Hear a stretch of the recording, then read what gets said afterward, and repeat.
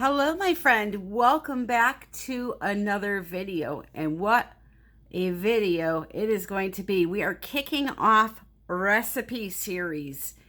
So many people, I cannot tell you the emails that I get where people are just so confused by the recipes and what they mean and when do you use them. So I am going to break this down for you as simple as I can.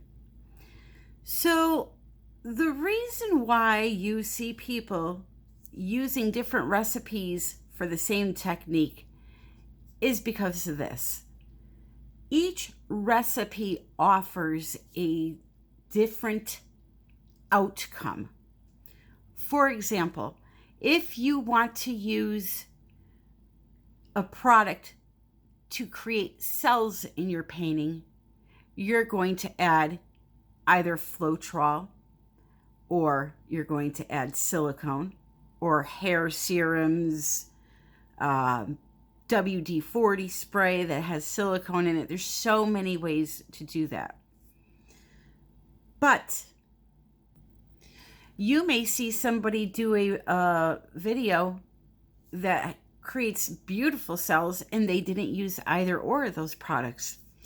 That is because you have to remember acrylic pouring is really, it's very scientific. It's got a lot of chemistry to it. It's not simple like people think, oh, how hard can it be? We'll thin down some paint, pour it on a canvas, it'll work. It's not that simple. I remember this one comment from a long time ago. It just sticks with me because it irks me. The ignorance of some people. I got a comment probably like 2 years ago that said, oh, this isn't real art. It's so easy, my dog could do it. Well, again, I will say I would love to meet that dog because I guarantee you that dog cannot do it and neither could the owner. So it's all about chemistry, and to really understand it, you really just need to experiment. Yes, we give you the baseline. We give you recipes. We show you how we do it. But the only way to really become proficient in acrylic pouring is to experiment. So as I was saying, you may see somebody do something and then they use one thing, and then you see somebody do something else and they're using something else and they're getting the same reactions. So what I'm going to try to do to kind of break that down for you and explain why that happens. I'm going to go over multiple recipes over the next coming days. There are quite a few of them, so I will try to fit in two per video. I got to figure out why my camera is focusing first. All right, hopefully that'll help. I changed my backdrop here. Too much white. So I'm going to try to fit 2 recipes in to each video. And again, this is just my way of explaining. There are a lot of different explanations to why people do what they do. So again, just watch different channels, experiment. So as I was saying, ingredients determine what the outcome is going to be. If you use paint and water only, I'm going to venture out and say only a few techniques that you can really do with that recipe. Dutch pour being one of those recipes or techniques. A Dutch pour can definitely be done with paint and water only. You can try to do the other ones like a ring pour, flip cup, blah, blah, blah, but I don't think you're going to get great results using just paint and water doing those. Dutch pour seems to be about the only one that you could really get away with doing. So if you're looking to use just paint and water, realize that, you may be able to do a ring pour if you make it thick enough. I'm not sure, though, how it will hold up. But what I will do for you right now is try to do a ring pour or a straight pour we can even do with just paint and water, and we will see how it reacts. Now, another thing that is very important to remember when you're making up your recipe, do you want it to have some shine in it when it dries? Or are you just going to resin it and varnish and it doesn't matter? Do you want cells? Those are the two major reasons why you will see people adding certain ingredients into their recipes for those two purposes, either cells and or they want their painting to dry shiny. So for paint and water, none of that applies. You're literally going to take some paint and some water and thin it down and see how it goes, okay? Again, the Dutch pour can be done with paint and water only. Can the other ones, though? You're not going to be able to do a flip cup and get cells if you're using just paint and water. Now, a bloom is another example of something that I don't think you're going to get very far with just paint and water. You may blow it out and get some pretty cells, but it's not going to stay looking like a bloom. I can guarantee you that. So for paint and water recipe only, it's very simple. Just put in some paint. Try to use different paints that have different densities, meaning thicknesses. That can play a role. Different brands can play a role in creating cells in acrylic pouring. So for today, I am using Global Paint that is sold by Pixel Paint Designs, and I have the link in the description. It's an Australian brand that I like. So for that, a little bit of paint, I would start off with just a few drops of water. Give it a good mix. Now, very important, if you want to do just paint and water, you cannot use a pigment. There's no binder in pigments, so those are out of the question. You got to just use paint. Now, add a little bit more water, just a little bit at a time. You don't want to go too far. And depending on the technique you're doing, you have to have different thicknesses. So a Dutch pour will be much thinner than a straight pour. But since we know a Dutch pour works with paint and water, I'm not going to waste my time doing one of those. We're going to try to do a straight pour with just paint and water. So I'm going to keep adding my water until I get it to the consistency that I think is good, and then I will show you that. Another thing with just using paint and water, you'll have to use a lot more paint, which is another reason why people like to use additives to do acrylic pouring. So here is my consistency.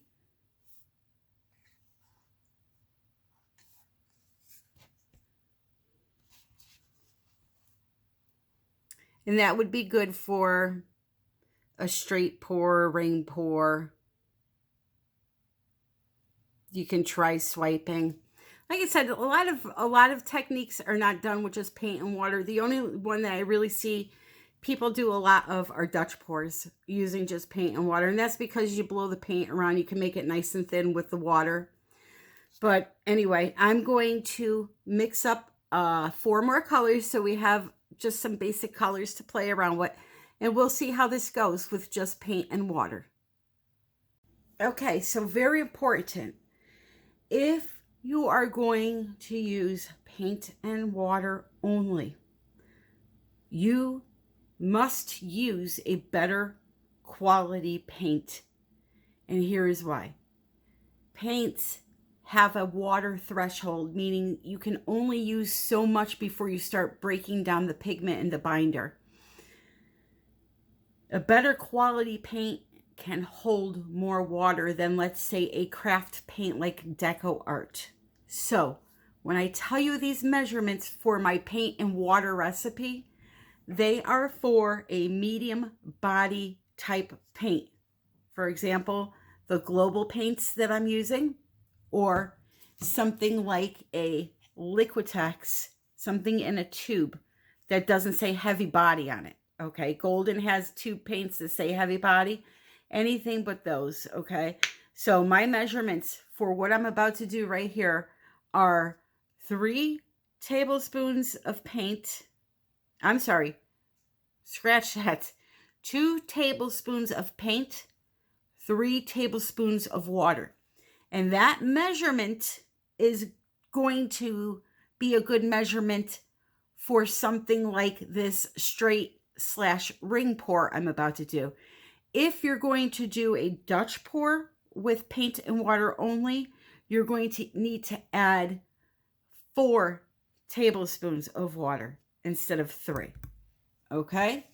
So what I did here was I just mixed up 3 colors. I have purple, I have Blue Lagoon, and I have Turquoise Beach, all by Golden. And just so you know, because this may be confusing, if you order these from Pixel Paint Designs, these are called impasto colors. They have a high flow acrylic, which is kind of really thin. You can probably use it with a pouring medium if you wanted to. But for something where you're adding your own pigments, not pigments, water or Floetrol or whatever you're doing, I would go with the impasto colors, okay? So I have those 3 colors, and then I mixed up some white by Liquitex here. And I am going to try to pour them in a cup, just like I would for a straight pour or a ring pour. And we're going to see how they behave. Because as I told you, a Dutch pour will definitely work with paint and water, but will a ring pour? Will a swipe? Now, obviously, I can't do every technique there is for you using paint and water, or else this video would last for 10 years. So you're going to have to experiment on your own. But if you're looking to try to use paint and water only, these are the measurements for every other technique you would try except for the Dutch pour and the bloom technique. All right. Pearl cell technique doesn't even qualify because you need satin enamels to get that, some kind of a satin enamel base to get that effect. So I'm going to put in some white. Another thing, if you're using just paint and water, you're going to have a ton of air bubbles. You're going to have to let your paint sit, or you're going to get white specks everywhere. You'll have to let it sit overnight. Now, obviously for time, I can't do that, but this video is not about art. It's about teaching you the different recipes. So I'm going to just layer my colors here into this little cup. Get some purple in there.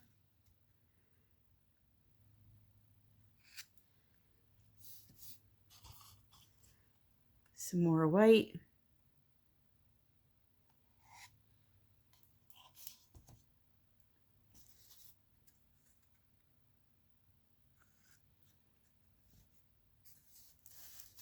A little bit more purple again. This little cup here full of paint is plenty for an 8x10 canvas, what I have. And you can also add a little bit around the edges if you want. So I always like to pour a little puddle in the center and pour onto that. So that's what I'm going to do.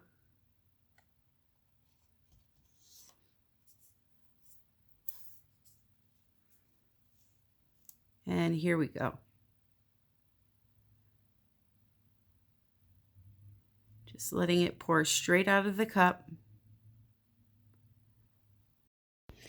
So I'm going to do a little bit of a voiceover here. I sped this up a little bit.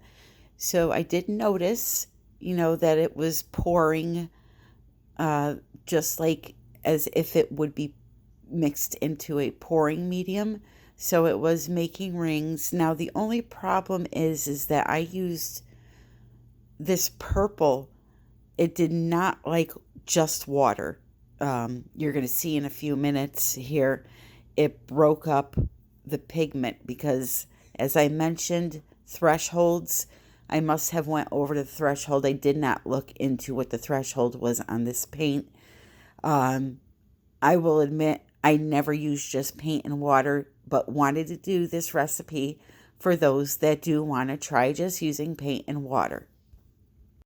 So other than the fact that the pigment broke up and I didn't have that many colors to make an interesting ring pour, it behaved well.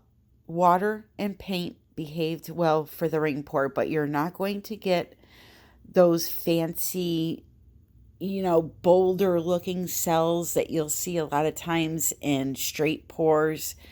The rings did stay together. You will see here in a second.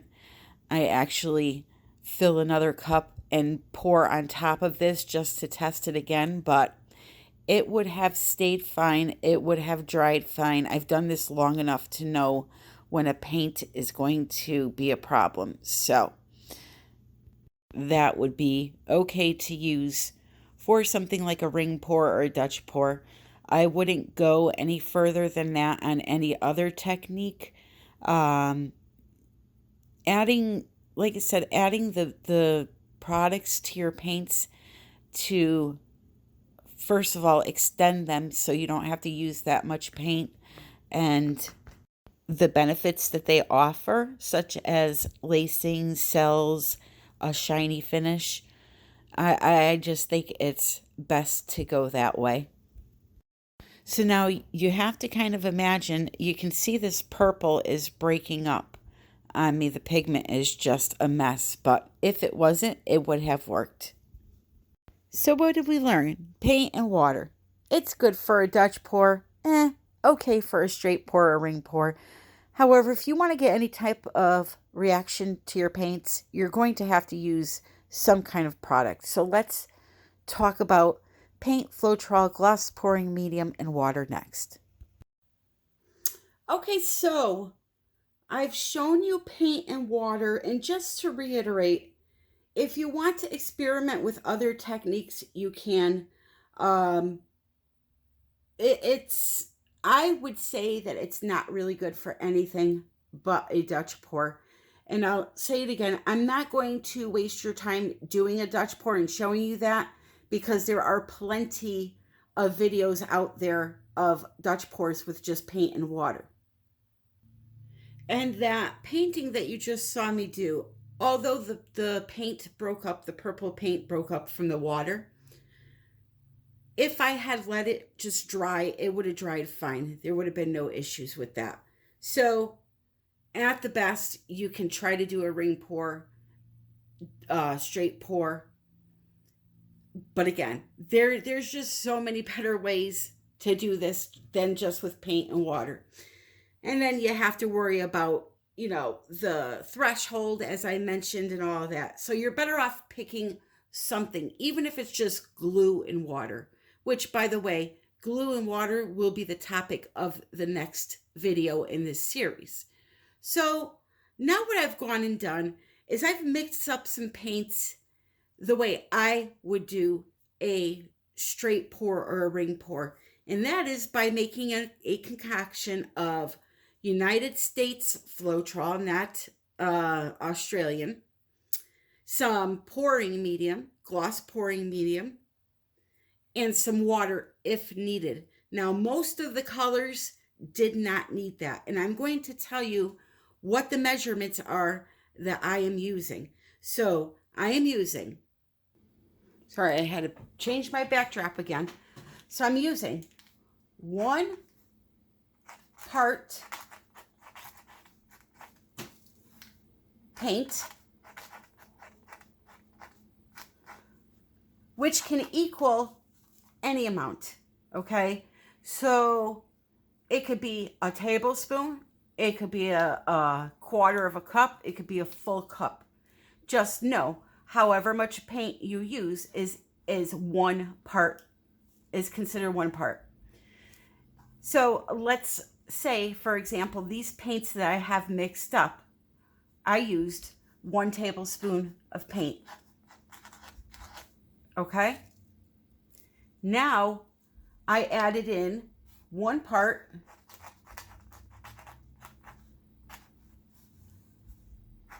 pouring medium, the Liquitex Gloss pouring medium. So that means I added in 1 tablespoon of that. Then I added in 3 parts of the US Floetrol,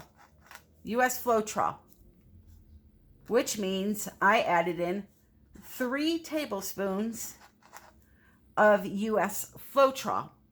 And with the type of paints that I was using, which were just your average Liquitex tube paint, the consistency is perfect for all techniques except for the big 3, meaning, again, the Dutch pour, the bloom, and the pearl cell technique. I know I said I wouldn't keep mentioning, but people like to fast forward through my videos and they don't know what I'm talking about, so that's what that means.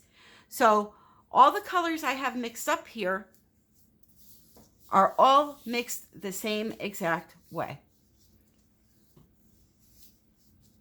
Now this here is just one of many recipes.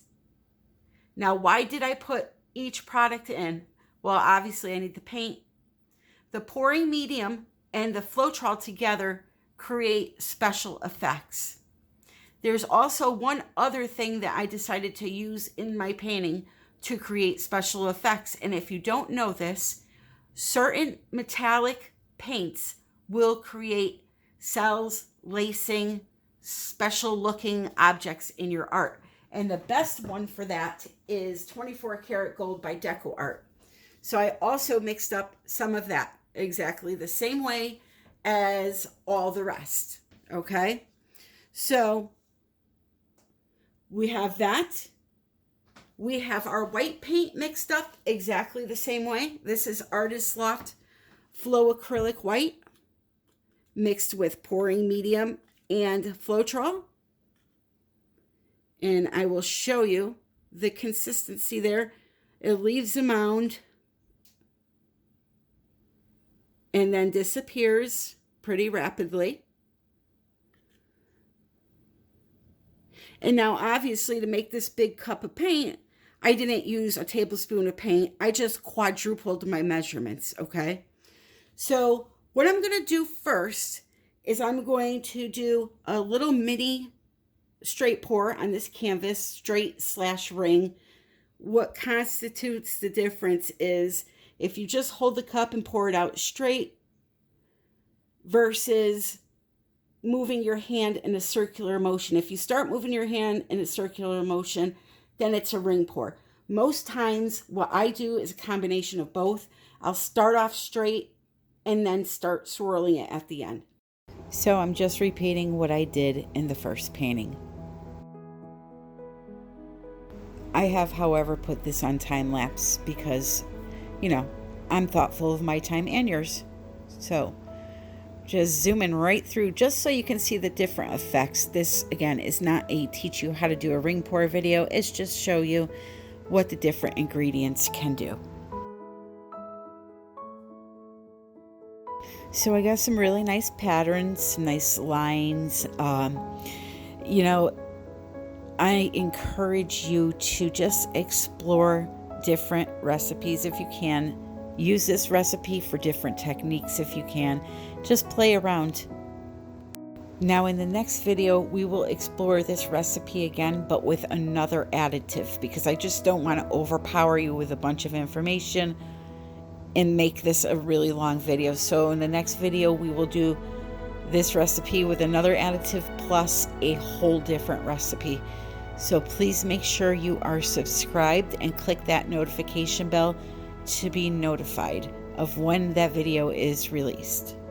So here are a few screenshots of the painting, and also I added a little bit more after the camera turned off, and I really like the contrast there. Before I leave, I want to say thank you to all that have been using my Amazon link, especially with Prime Day upon us. I want to thank you for doing that. It helps my channel tremendously. Until the next time, my friends, I hope you are all well and happy pouring.